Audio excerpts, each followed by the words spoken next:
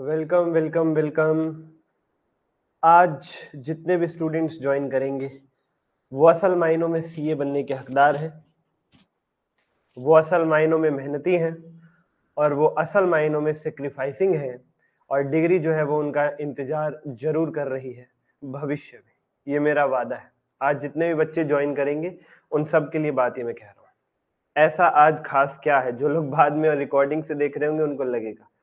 आज त्योहार है, होली का त्योहार है और हमारा कहना तो ये है कि भाई 2 बज रहे हैं, 2 बजे तक खूब त्योहार मनाओ, फिर थोड़ी पढ़ाई कर लो। त्योहार मनाने से कतई भी मना ही नहीं है। जीवन में त्योहार नहीं मनाओगे तो क्या किताबों को चाटते रहोगे जीवन में? बट अगर त्योहार ही मनाते रहोगे तो फिर जेब में पैसा कहाँ से आएगा अगले त्योहार मनाने के लिए? प्रैक्टिकल लाइफ में दोनों ही चीजें जरूरी है। प्रैक्टिकल लाइफ में कमाना भी जरूरी है और खुश रहना भी जरूरी है। तो त्योहार भी मनाइए और पढ़ाई भी कीजिए समय पे। बहुत बहुत स्वागत है जितने भी बच्चे आज आए हैं, बहुत स्वागत है। Very warm welcome. Happy afternoon, happy Holi, happy Dulhandi, happy afternoon सभी बच्चों को। बहुत बहुत स्वागत है बच्चों अकाउंटिंग स्टैंडर्ड 13 इन्वेस्टमेंट अकाउंट के एमसीक्यू लेक्चर में। पहले थोड़ी सी इसकी चर्चा कर लेंगे जैसे वन शॉट हम करते हैं, फिर जो है इसके एमसीक्यूज को ठिकाने लगा देंगे। वो ब्लैक वाला इंटरफेस मैंने कहा था उसको थोड़ा चेंज कर देते हैं, वो ज्यादा दिन भाया नहीं। तो चलो मुझे बताओ जरा फटाफट से, ऑडियो वीडियो क्लियर है तो मैं शुरुआत करूं बच्चों। AS26 पूरा अपलोड हो चुका है ऐप पर भी, आप वहां से देख सकते हैं। रेगुलर क्लासेस जो है उसकी बात कर रहा हूं, कल मैंने पूरा कर दिया था उसको अपलोड। ठीक है सर। मिहिर भाई कह रहे हैं क्लियर है क्लियर है क्लियर है क्लियर है। चलो तो फिर जब तुम कह ही रहे हो क्लियर है तो कर देते हैं शुरुआत इन्वेस्टमेंट अकाउंट्स यानी अकाउंटिंग स्टैंडर्ड नंबर 13 की। हाँ कह रहे सर ब्लैक वाला रिमूव करके सही किया। हाँ ठीक है यार, चेंज ट्राई किया था 2-4 दिन। ठीक है, मुझे तो बढ़िया लग रहा था। मैं आपको पर्सनल अपनी चॉइस बताऊं ना, मुझे बढ़िया लग रहा, क्योंकि मैं तो दिन रात सुबह शाम इसी से पढ़ा रहा था। मुझे तो लगा था कि थोड़ा सा चेंज हुआ है, बढ़िया लग रहा है। बट 2-4 दिन में फिर मुझे एहसास हुआ कि हो सकता है बच्चों को उतना सही ना लग रहा हो। कुछ बच्चों के मैसेज आए उनको बढ़िया भी लगा था, कुछ एक दो बच्चों ने कहा कि सर वो पुराना वाला ही ठीक था। तो फिर मैंने कहा चल ठीक है यार कोई बात नहीं, कुछ दिन वो कर लिया, ये कर लेते हैं, फिर कुछ दिन बदल लेंगे। बच्चों प्रकृति का नियम है बदलाव। कभी भी आपको ये नहीं सोचना है, नेवर एवर, कि यार ऐसा होता तो बढ़िया होता, ये है तो ही बढ़िया है, ये नहीं है तो बढ़िया नहीं है। प्रकृति मीन्स बदलाव, the nature means change, the only constant thing in the universe is change. समझते ना आप लोग? केवल एकमात्र चीज ऐसी है जो कभी बदलती नहीं है और वो चीज है बदलाव। वो निरंतर होता ही रहता है, बदलाव में कोई बदलाव नहीं होता है। बदलाव is always on the way, on the way, on the way. जो है वो अच्छा है। विद दिस नोट हम आज की शुरुआत करेंगे अकाउंटिंग स्टैंडर्ड 13 इन्वेस्टमेंट अकाउंट्स। क्या मतलब है जी इस इन्वेस्टमेंट का बच्चों?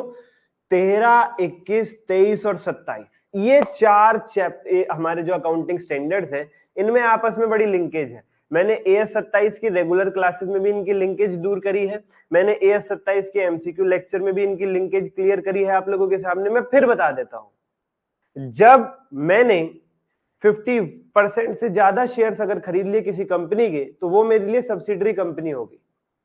और जब मैं कंसोलिडेशन करूंगा अपनी बुक्स का प्लस सब्सिडरी कंपनी का, तो मुझे AS21 सिखाएगा कंसोलिडेशन कैसे होगा। और जब मैं अपनी पर्सनल बुक्स में इस 50% से ज्यादा इन्वेस्टमेंट जो मैंने सब्सिडरी में करी है इसकी अकाउंटिंग जब मैं अपनी पर्सनल बुक्स में करूंगा तो ये AS13 इन्वेस्टमेंट लगेगा। इसी प्रकार से अगर मेरी इन्वेस्टमेंट 20% से लेके 50% के बीच में है सामने वाली कंपनी के अंदर, तो फिर सामने वाली कंपनी मेरी एसोसिएट कंपनी कहलाएगी और मेरा और उसका कंसोलिडेशन सिखाएगा AS23। और मेरी पर्सनल बुक्स में इस इन्वेस्टमेंट की अकाउंटिंग 20 से लेकर 50% शेयर जो मैंने खरीदे हैं उसकी अकाउंटिंग मुझे सिखाएगा AS13। ऐसे ही परसेंटेज कोई भी हो, अगर ज्वाइंट वेंचर है तो उसका कंसोलिडेशन सिखाता है AS27 और पर्सनल सेपरेट फाइनेंशियल स्टेटमेंट में उसकी अकाउंटिंग सिखाता है AS13। और 20% से नीचे भी अगर इन्वेस्टमेंट है तो उस केस में तो AS13 ही लगेगा सेपरेट फाइनेंशियल स्टेटमेंट में। कंसोलिडेशन 20% से नीचे का सिखाया नहीं गया। उम्मीद करता हूं ये बात एक बार फिर से आपको क्लियर हो गई होगी। तो AS13 जो इन्वेस्टमेंट अकाउंट्स है, जो हमारा अकाउंटिंग स्टैंडर्ड नंबर 13 है, बेसिकली हमें क्या सिखाता है?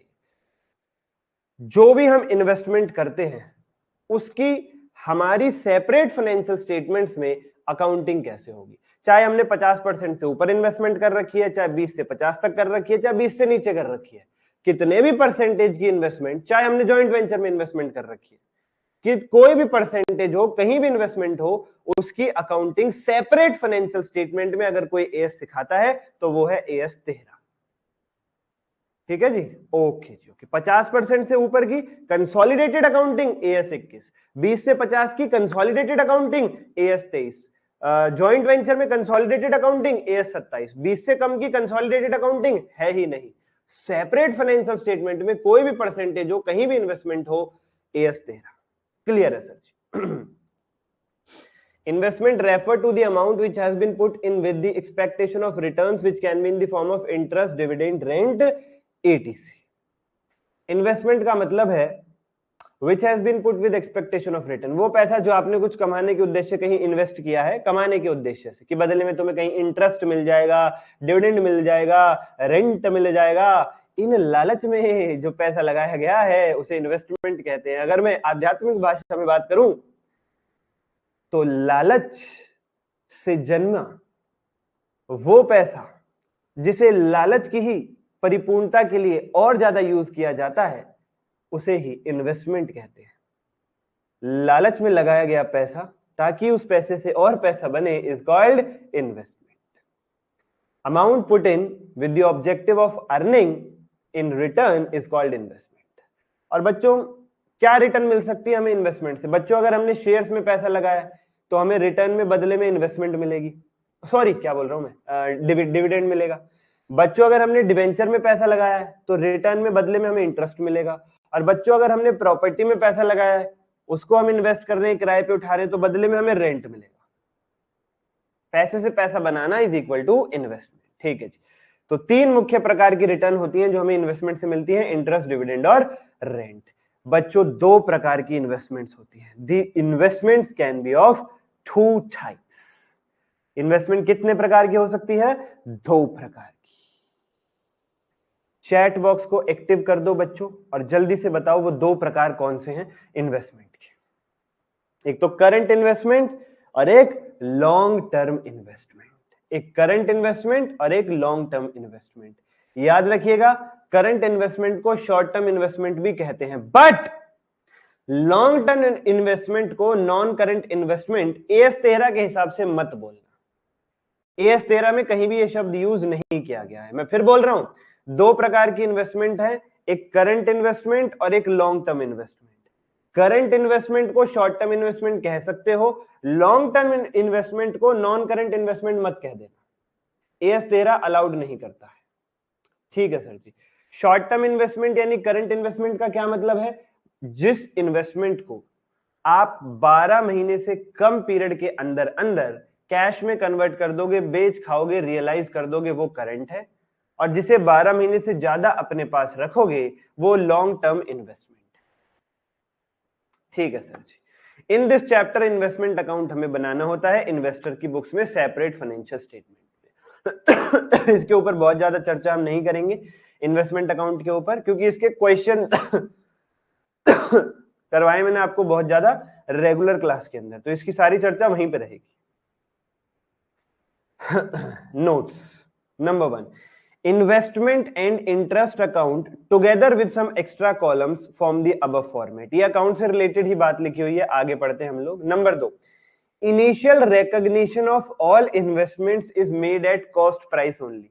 चाहे करंट इन्वेस्टमेंट हो, सीआई हो जिसे एसटीआई भी कहते हैं, चाहे एलटीआई हो लॉन्ग टर्म इन्वेस्टमेंट जिसे एनसीआई नहीं कहते हैं एएस 13 में, सभी प्रकार की इन्वेस्टमेंट्स को जब फर्स्ट टाइम हम अपनी बुक्स में रिकॉर्ड करेंगे तो कॉस्ट प्राइस पे रिकॉर्ड करेंगे प्यारे बच्चों, will be recorded at cost price. आपने कोई 6 महीने के लिए इन्वेस्टमेंट करी, जब उसको इनिशियली रिकॉर्ड करोगे, पहली बार उसकी एंट्री करोगे अपनी बुक्स में, तो कॉस्ट प्राइस पे करोगे। आपने कोई 18 महीने के लिए इन्वेस्टमेंट करी, उसका जब इनिशियल रिकॉग्निशन बुक्स में करोगे तो कॉस्ट प्राइस पे रिकॉर्ड करोगे। और कॉस्ट प्राइस क्या होता है? सिंपल चीज, जो उस इन्वेस्टमेंट के लिए आपने प्राइस पे किया है, प्लस नॉन रिफंडेबल टैक्सेस हैं, प्लस एसोसिएटेड कॉस्ट हैं जो उससे जुड़ी हुई, वगैरह वगैरह। जैसे ब्रोकरेज, आप लोग बताओ ब्रोकरेज इन्वेस्टमेंट की कॉस्ट में आना चाहिए कि नहीं आना चाहिए? तुमने शेयर खरीदने के लिए ब्रोकर को कमीशन दिया है, ब्रोकरेज पे किया है, वो तुम्हारी इन्वेस्टमेंट की कॉस्ट का पार्ट बनेगा, ब्रोकरेज, ब्रोकर का कमीशन वगैरह. Do they form part of cost of investment? Please tell me in the chat box. It is waiting for you guys and girls. Yes sir, yes sir, yes sir, yes sir. सभी बच्चे कह रहे हैं yes sir, yes sir, yes. Very good, शाबाश बच्चों, शाबाश. Share transfer stamp में अगर जो कॉस्ट आती है, शेयर आप अपने नाम पे ट्रांसफर करवा रहे हो, स्टैंप लगती है, वो जो कॉस्ट है वो भी आपका इन्वेस्टमेंट की कॉस्ट का पार्ट बनेगा. हालांकि अब तो डीमैट अकाउंट है, वहां कहीं स्टैंपिंग वगैरह होती है, पुराना लिखा हुआ है पॉइंट. थ्योरी में आए पेपर में लिख देना, शेयर ट्रांसफर स्टैंप की जो कॉस्ट है वो इन्वेस्टमेंट की कॉस्ट में आएगा. If the price quoted in the question is ex interest, sir Holi के दिन कृपा करके एक्स याद मत दिलाओ. अरे तुम लोग कह रहे हो ये बात, तुमने कितनों ने ट्राई मारा होगा आज, क्या तो होली है, आज के बहाने हैप्पी होली से शुरुआत तो हो कुछ बातचीत की.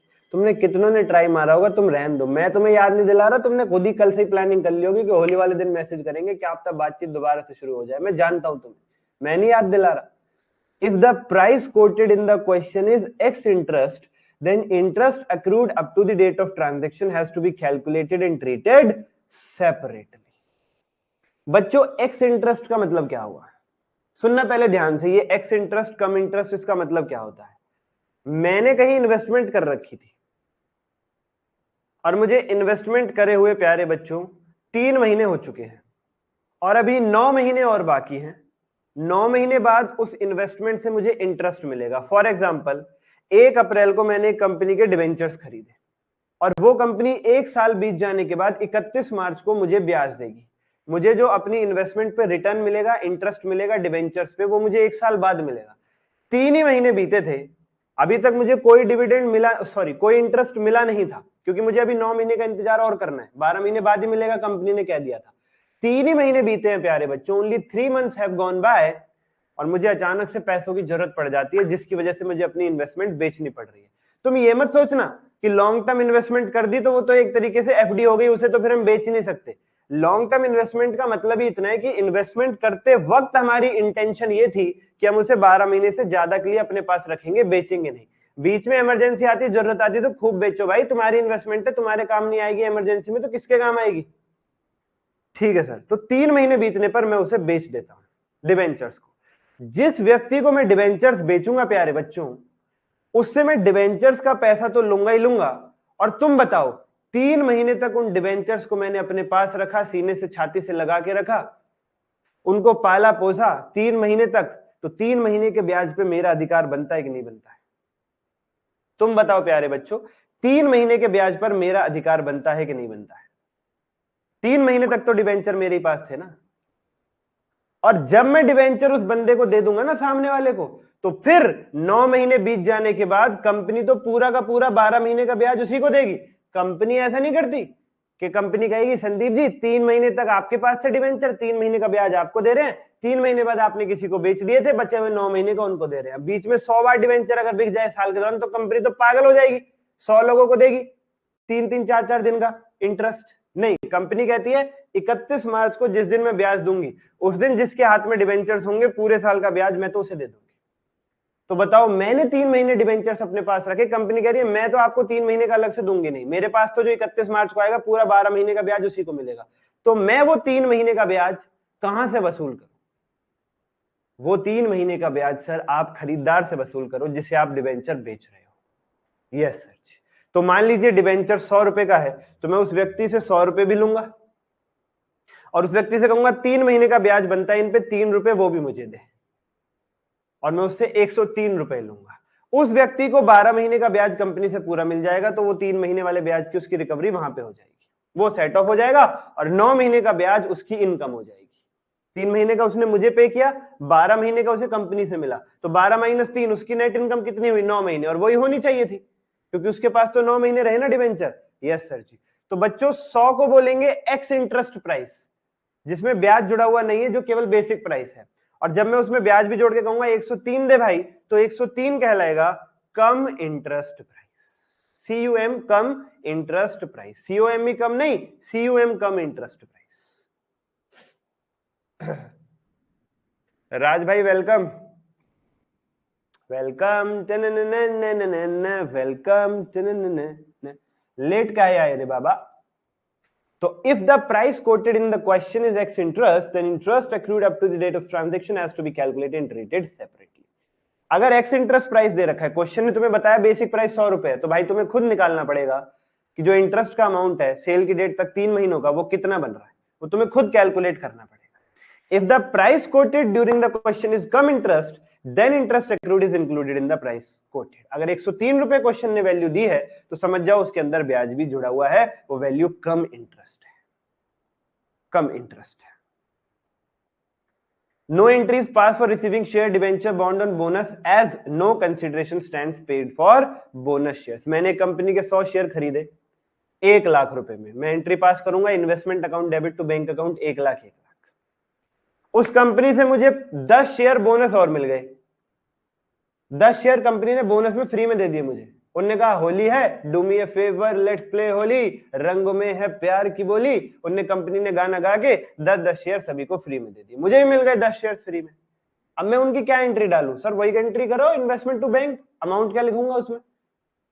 फ्री में मिले, बस मालिक को जाके गुलाल का टीका लगाया, बस इतने में वो खुश हो गया। उसने कहा हा, तुम्हारे अंदर क्या प्यार प्रीत है, क्या भावना है, तुम होली पे मुझसे मिलने आए। अकेला हुआ था बेचारा, अब ज्यादा पैसे वाले लोग अकेले हो जाते हैं कभी कभी, तो फिर उनने जो है कहा तुम्हारे लिए बोनस, उन्हें 10 शेयर मुझे फ्री में दे दी। बताओ बच्चों क्या मेरी कॉस्ट लगी? कुछ भी नहीं, नथिंग एट ऑल। तो मैं अमाउंट क्या लिख पाऊंगा वहां पे? इसीलिए बोनस शेयर्स की कोई भी एंट्री पास नहीं होती है। बोनस में डिवेंचर्स मिल रहे हैं तो कोई भी एंट्री पास नहीं होगी। Right shares are not entitled to dividend. Bonus shares हो चाहे राइट शेयर्स हो, उन पे कभी भी डिविडेंड नहीं मिलेगा। एएस 13 ये बात भी आपको बताता है, ये बात भी एएस 13 आपको बताता है। और एक आधी बातें और मैं आपको अपनी तरफ से बताना चाहूंगा बच्चों। मैंने यहाँ पे एक पॉइंट लिखा हुआ है, नोट नंबर 2, ध्यान से पढ़ो सभी बच्चे। Initial recognition of all investments is made at cost price only. चाहे शॉर्ट टर्म यानी करंट इन्वेस्टमेंट हो, चाहे लॉन्ग टर्म इन्वेस्टमेंट हो, जब उन्हें इनिशियल रिकॉग्निशन होगा तो प्यारे बच्चों वो कॉस्ट प्राइस पे ही होगा। पर तुम मुझे बताना,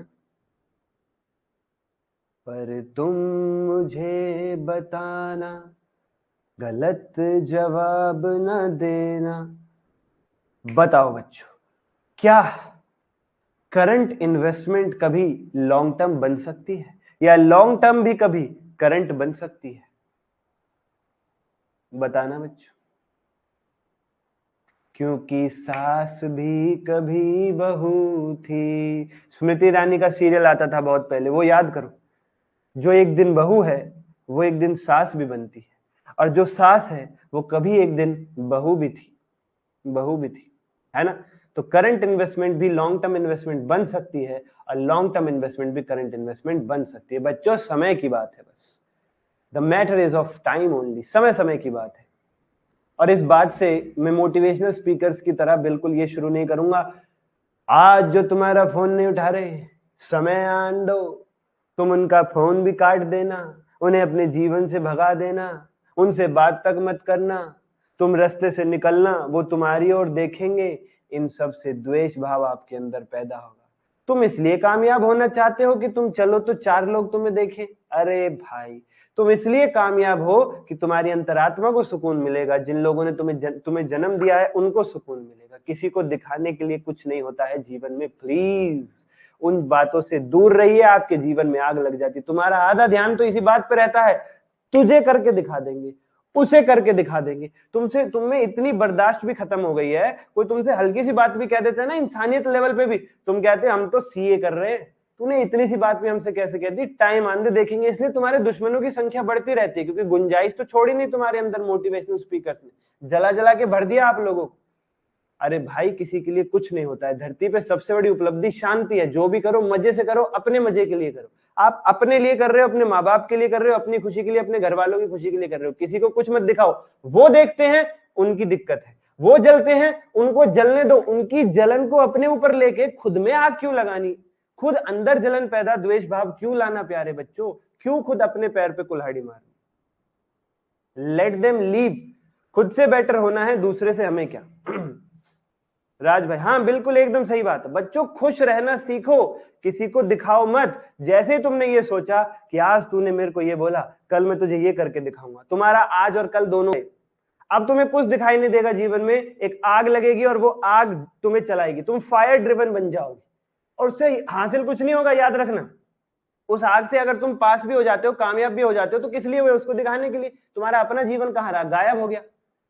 तो बच्चों दूसरों से दूर रहो, दूसरों की सोच से दूर रहो, जलन से दूर रहो, अपने में जियो। सामने वाला क्या करता है उसकी सरदर्दी है प्यारे बच्चों, he knows he will bear, और ही और शी जो भी है, ठीक है जी, ओके। तो एक बात मैं आपको बता दूं, करंट इन्वेस्टमेंट भी एलटीआई बन सकती है और एलटीआई भी करंट बन सकती है, बस समय समय की बात है। करंट इन्वेस्टमेंट जो है वो एलटीआई कब बन सकती है? देखो करंट इन्वेस्टमेंट का मतलब है कि जब हमने वो इन्वेस्टमेंट की थी तब हमारा उद्देश्य था कि हम इसे 12 महीने के अंदर अंदर बेच देंगे, उससे ज्यादा अपने पास नहीं रखेंगे, बट हमें अच्छा कैपिटल एप्रिसिएशन मिलने लगा, उस इन्वेस्टमेंट की वैल्यू धीरे धीरे बढ़ने लगी, हमने कहा रखते हैं अपने पास और एक साल इसको रहने देते हैं, इसकी वैल्यू बढ़िया हो जाएगी, इसकी वैल्यू बढ़िया हो जाएगी। तो हो गई ना करंट इन्वेस्टमेंट लॉन्ग टर्म। बस उद्देश्य का ही तो खेल है, तुम्हारी इच्छा का ही तो खेल है। एक टाइम पे तुम्हारी इच्छा थी कि तुम 12 से कम महीने से अपने पास रखोगे, तब तक वो करंट थी, तुम्हारी इच्छा बदल गई, तुम्हारी इच्छा बदलते ही अब वो लॉन्ग टर्म कहलाएगी, उसका ट्रीटमेंट लॉन्ग टर्म के हिसाब से होगा। Okay sir, okay. इसी प्रकार से लॉन्ग टर्म इन्वेस्टमेंट थी बट इमरजेंसी आ गई, तुमने की तो इस पर्पज से थी कि 16-17 महीने से अपने पास रखोगे, बट एकदम इमरजेंसी आ गई, तो आज तुम 3 महीने बाद ही फैसला ले रहे हो कि अब इसको बहुत जल्द हम बेच देंगे, तो वो बन गई करंट आपकी, वो बन गई करंट आपकी। तो बच्चों जब current investment long term investment में बदलती है तो उसकी वैल्यूएशन की जाती है कॉस्ट और fair value whichever is lower, cost और fair value whichever is lower. When the current investments are reclassified into long-term investments, the valuation of such converted investment is done at cost price और fair value whichever is lower. लिख लेना कहीं, जब current से LTI बनेगी तो cost और fair value whichever is lower पे वैल्यूएशन होगा, और जब रिवर्स केस होगा, जब लॉन्ग टर्म इन्वेस्टमेंट को रिक्लासिफाई किया जाएगा करंट इन्वेस्टमेंट में, तब वैल्यूएशन होगी कॉस्ट और carrying amount whichever is lower. Carrying amount मतलब बुक वैल्यू, कॉस्ट प्राइस और book value whichever is lower, ये भी लिख लो। करंट टू एलटीआई कॉस्ट और fair value whichever is lower, LTI to current cost और carrying amount यानी book value whichever is lower. प्यारे बच्चों चलो सर जी हमें एमसीक्यू पे ले चलो, मैंने कहा ओके ओके ओके।